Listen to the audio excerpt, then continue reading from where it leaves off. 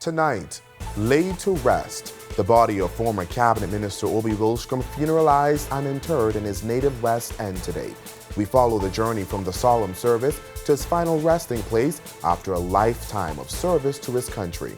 Plus, a school and family say farewell, an outpouring of tributes for the short but God-filled life of the head boy of Queen's College, as the boy who died suddenly after basketball practice is laid to rest. And later, how do you inspire this room of women? Well, who better to tell us than entertainment reporter Danielle Miller, who takes us inside the recent Cable Bahamas Inspire Her event.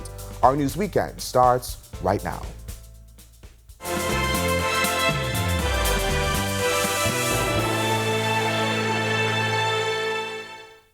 The late Obie Wilchcombe is tonight entombed in a mausoleum at the West End Public Cemetery. Afternoon showers counted as showers of blessings as mourners and friends accompanied his remains to their final resting place in the community he loved and served for so many years. The day, an opportunity for his beloved Grand Bahamians to say their goodbyes first in Freeport at a service which overflowed with mourners in tributes that reflected a life in dedication to his Bahamas. The Our News team was there to capture it moment by moment today. Hello and welcome to Our News, the weekend edition. Thank you so much for joining us. I'm Berthany McDermott. Grand Bahamians, political colleagues and opponents, party officers and supporters, and an unending stream of mourners and friends turned up in Grand Bahama today in the final memorial for an iconic broadcaster, three-time minister, political giant, and beloved member of parliament, now the late Obie Wilchcombe. Our coverage of the day's events begins with this report from our Sasha Lightburn, who was among the hundreds in attendance.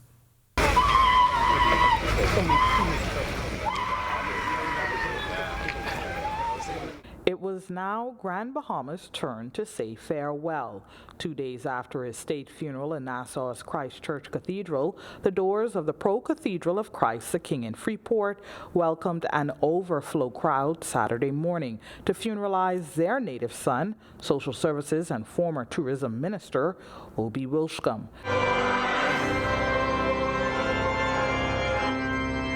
As the Bahamian flag-draped casket made the journey from police headquarters in the care of police and defense force officers. His two-time cabinet boss and friend, former Prime Minister Perry Christie, unapologetically referencing him as the best tourism minister the country has seen. When I had the choice to determine who would be in the cabinet and who would be Minister of Tourism, I did it twice for Obie, Minister of Tourism. I did it because, as a broadcaster, he had this extraordinary voice that enabled him to connect. A nation builder, a man to whom his country is forever indebted, are phrases used by Canon Norman Lightburn in describing Wilchcombe and his loyal service. He's left an indelible mark on the minds of thousands here and abroad. He was multi-talented. And he used those talents for the good of humanity. Among the mourners in Grand Bahama Saturday were two of Wilchcombe's political colleagues, David Wallace and Leslie Miller, a testament to the respect within both camps. I think the country mourns the death of a national hero today, and so when I see former prime ministers of both sides coming together, it tells us of our political maturity. He loved his people in Grand Bahama and Bimini. Did a wonderful job. I was privileged to be serving with him in cabinet. Saturday's service, the final in a series of memorials and public expressions of grief. A few miles away, Wilchcombe was laid to rest in his beloved West End community next to his late father. Reporting for Our News, I'm Sasha Lightburn. Thanks, Sasha. A stormy afternoon in West End greeting funeral goers who came to witness Wilchcombe's burial. As the funeral cortege arrived in the small fishing community, so did the rain. Yet it was not enough to dampen the moment any further. Even as the rain fell, crowds huddled underneath tents, hoping for a final glimpse of the minister's casket as it was lowered beneath the rain and flower-drenched mausoleum, directly in front of his father's gravesite. Ministers and former prime ministers, constituents and loved ones all laying flowers on the casket and spoke their final words to their beloved colleague and friends. There was more than enough sadness to go around the Grand Bahama community today as mourners were paying respects to another giant in the community, veteran journalist Nathalie Martinborough. The crowd of family, friends, colleagues, and people of the community turned up at the Unity in Christ Assembly, sharing fond memories of the life she lived through her mentorship, words of encouragement and prayer, generosity, or her career.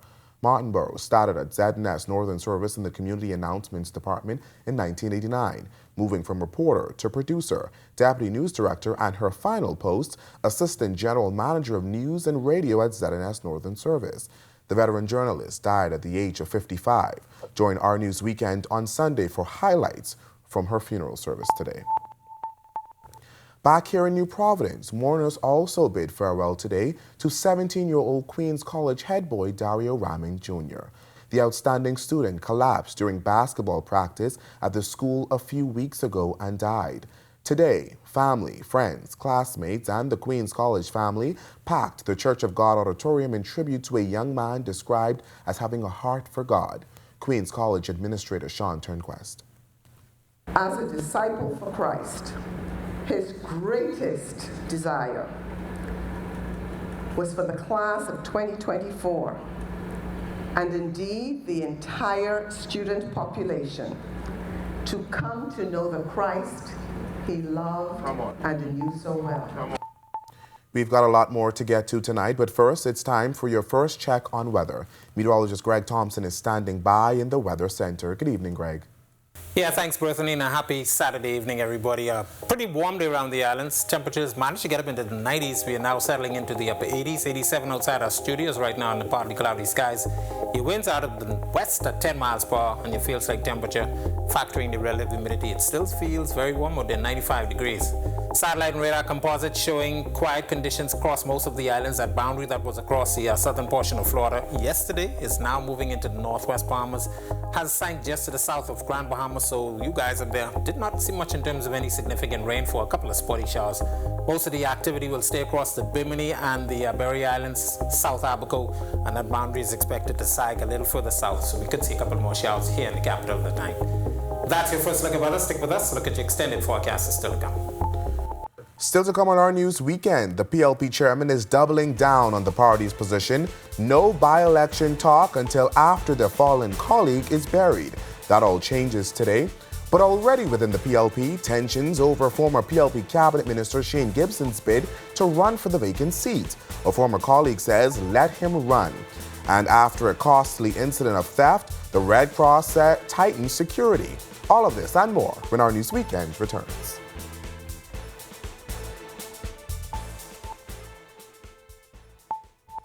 Doctors Hospital is reimagined primary care. We've invested to improve our health system, ensuring that accessible, affordable, world-class clinical care is closer to you.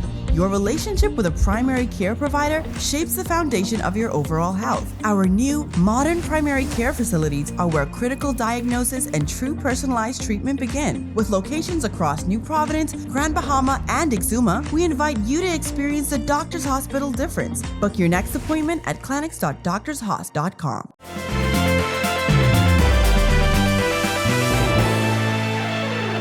Now that Wilchcombe's burial is done, we expect the announcement any day for the by-election to fill his seat. Former PLP MP Leslie Miller says he has no issue with former Cabinet Minister Shane Gibson running for West Grand Bahama and Bimini, if that's what the people want. A week ago, Our News obtained letters from the PLP's West Grand Bahama and Bimini constituency chairs nominating Gibson. Gibson telling a local daily he would accept if nominated. Meanwhile, Miller says he should be allowed, especially after Health Minister Dr. Michael Darville was allowed to run in Tall Pines over him in the 2021 elections. I think all of them, whoever it is, I don't know if where you from have any bearing. When I make that argument, the first thing they tell me, well, how come Darville came and just seated Tall Pines? So I got an argument. It's up to the people. Whatever the people decide is what we'll have to go. I hope, but all of them are good people. We'll see what happens at the end of the day. Meanwhile, the PLP chairman is hitting out at those who continue to stir discussions surrounding potential candidates for the upcoming by-election.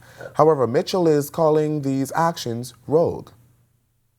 I want to comment on the rogue conduct of some political elements while my late colleague Obie Wilchcombe is still above the ground. The PLP issued a statement saying nothing done in the name of that seat has any official sense accepted until after sunset on Thursday. Anything done before is null and void. Former Prime Minister and party leader Perry Christie recently told reporters he doesn't agree with the party's position to exclude former PLP MPs from nominating for the vacant seat. The PLP chairman, however, suggests they'd prefer to lose doing the right thing than win doing the wrong thing. In 2002, Perry Christie, the PLP leader, refused a candidate for a seat which we could have won in Andros despite pressure to nominate a particular candidate. And he said, I'd rather lose doing the right thing than win doing the wrong thing. So let's say amen to that. And the Free National Movement is taking a similar stance. Party leader Michael Pintard refusing to discuss the upcoming by-election until after the burial of the former West Grand Bahama and Bimini MP. When asked, the F&M candidate for the upcoming by-election, Pintard told reporters it's not the time for that. What he did say, however, is that Grand Bahama is struggling and in need of government leadership and stakeholder involvement. In the not-so-distant future, we'll have a chance to have candid discussions about the way forward, not just for West Grand Bahama, but for Grand Bahama that is struggling at the moment, that needs central government leadership, that needs municipal government leadership, and needs stakeholders to all be at the table. Presently, they are not at the table together, and it's important that we get there. So what is coming up? It's not about any individual. It's not about our dear brother who has passed. It's not about any of the parties that are competing. It's about the residents that all of us, including Obie, love. When our news comes back from the break, over a dozen nurses from Ghana are on the way to address a long-time nursing shortage. And the Red Cross looking at better security after a recent break-in. We have the details when our News Weekend returns.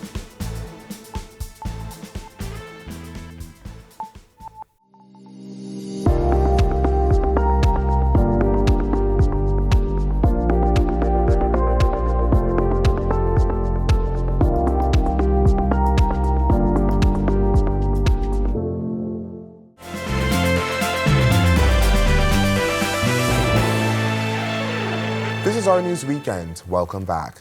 18 nurses from Ghana are expected in country by the end of the month, according to Health and Wellness Minister Dr. Michael Darville. Dr. Darville says those nurses have already received their offer letters, adding that all that's left is for their tickets to be purchased. They're ready. They have received their offer letters in Ghana. The new excellency for Ghana will be presenting his credentials in Ghana, I think this week or next week. And he is leading the charge over there to finalize the preparatory steps to get these nurses in country. We really need them. Our nurses are looking forward for assistance so that we don't burn out the nurses that exist in the system. 2 weeks ago, Public Hospitals Authority Managing Director Arbonette Roll revealed they are actively looking to recruit foreign nurses. It comes as larger countries continue to poach Bahamian nurses, leaving us with a larger drain. He hopes the new nurses will alleviate the pressure on the few specialty nurses left in the system. We are just finalizing the tickets so that they can come in country. I would like to see them in country before the end of the month. I believe we will be able to accomplish that so that we can fill a lot of the gaps of specialty nurses that exist at the Princess Margaret Hospital, some at the Rand Memorial Hospital, and to be able to improve the delivery of quality services that we want to provide at our hospitals and take a lot of burdens from a lot of our specialty nurses who are working a lot of overtime, and we don't want them to burn out. The Bahamas Red Cross president is speaking out after thousands of dollars worth of equipment was stolen from its headquarters. He says efforts are underway to improve security. Our Joshua Williams reports. The Bahamas Red Cross seeking to take preventative measures after their headquarters on John F. Kennedy was robbed this week of more than $70,000 worth of equipment. President of the organization, Edison Saunders, says since the incident, efforts have been made to beef up security. We have taken measures, first of all, to secure the property where the theft occurred. And we have already received today several calls from others in the community who want to provide some level of security support to the Red Cross. So we're examining those as we speak. As a result of the robbery, fingers were pointed to a breakdown in security. Sumner says the organization does its best to secure its property. The property of the Red Cross is as far as we thought, we were well secured. We have cameras around the property that monitors the activities of this property during the day and evening hours. The person or persons, we understand that there was many of 3 of them, were clever in their movements around this property to get to where they got to. Police reporting that containers containing generators and electrical supplies were broken into. Responding quickly the following day, the Bahamas Foundation donated $100,000 to aid in the replacement of the equipment. Sumner says the incident is unusual but doesn't foresee it happening again. Clearly, this is the first time in recorded history that we have recorded such an incident where we've had a break-in to our facility. And not only a break-in, but in stealing the kind of equipment that were taken.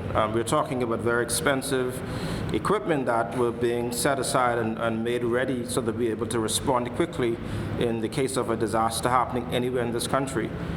So for this to have happened, as far as we are aware, this is the first time this has happened on this property. We're hoping that it's the last time it happens. Reporting for Our News, I'm Joshua Williams. Still to come on Our News Weekend, are you ready to dine at the chef's table? Find out in our arts and entertainment segment when Our News Weekend returns.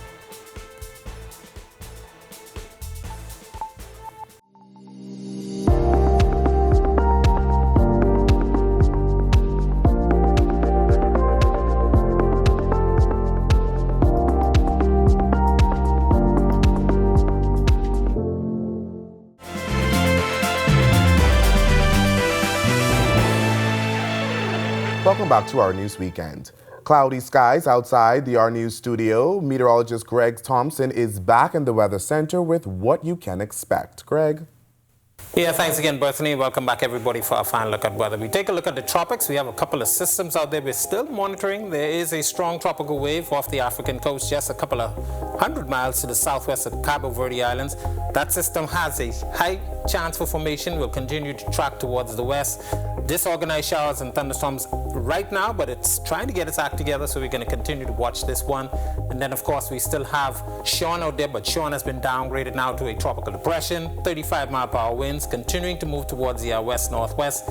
Expected to become a remnant low as it moves into next week, and we should not be concerned too much about this system over the next couple of days. And then, of course, closer to home, that boundary that was across South Florida now into the northwest Bahamas. Some showers and isolated thunderstorms associated with that system will continue to affect the northwest Bahamas. There is a frontal boundary that we expect to get near sometime by the early part of next week. That is taking shape across the central portions of the United States. That one will usher in a good change in the weather for next week. So we're looking at some very low temperatures starting Monday into Tuesday. Boating forecast for the northwest and central Bahamas tonight to tomorrow. We have a small craft caution in effect. Your winds will be out of the southwest to west at 15 knots. Seas running 3 to 5 feet over the ocean. Your high tide will be at 8:27 tonight. The low tide taking place at 2:35 in the morning. And in the southeast Bahamas, southwesterly wind flow at 10 knots. They will fall light and variable at times. Seas running 2 to 3 feet over open waters. Here's a look now at your national forecast.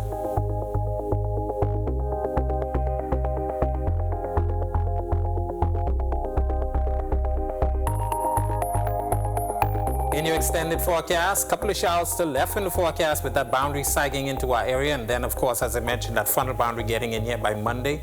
Look at those temperatures. We will look for temperatures into the low 80s during the daytime, and those temperatures at night will be in the low to mid 70s. That's a look at our weather. Make it a safe weekend, everybody. From high school-aged girls to social media stars to motivational speakers to some of the most influential women in the country today, the Cable Bahamas group of companies brought them all together this week for an Inspire Her event. Our Daniel Miller was there and gives us the highlights. We are here at the Inspire Her conference hosted by Cable Bahamas and its group of companies. Our Megan Shepherd took you through the morning session. Now I'm going to take you through the evening. Let's recap. The event started Thursday morning with a room filled with about 500 female students. There were interactive discussions with speakers like Ianthea Ferguson, focusing on topics like branding in the social media space. Moving forward to the evening session, the ballroom hosted an audience of 300+ women from various backgrounds. Now, this was by far one of the most peculiar women empowerment conferences I've attended. Yes, there were your staples for an event like this. International speakers Shauna Spendley and Maya Watson delivered presentations focused on turning visions into legacies and building confidence from within. Spouse of the Prime Minister, Mrs. Anne-Marie Davis was also on the speakers list, and a riveting panel discussion of local female professionals. The conference was very engaging and very interactive. It was not someone reading a speech, it was authentic. The speakers really resonated with every member of the audience because you could relate to their real life experiences. There were even some men who snuck into the room. The reason I came out is because I came to support my team. My management team mostly consists of women, very strong, powerful, enthusiastic, charismatic women. So I just wanted to make sure that they were represented, and I was here to support them. So super excited, really good event. We'll definitely be here next time to support again. There were some unexpected shakeups from artists like Carissa Smith, musical interludes by DJ Melody, games, and even a mixology session. Conference or club? Whatever you dub it, I think it's safe to say the event met the expectations of organizers, which were to empower, elevate, enrich, to inspire her. Reporting for Our News, I'm Danielle Miller. 7 chefs are set to host a culinary experience. It's called Welcome to the Chef's Table and is open to Bahamians and visitors. In tonight's arts and entertainment segment, our Sasha Lightburn speaks with the lead chef for the event.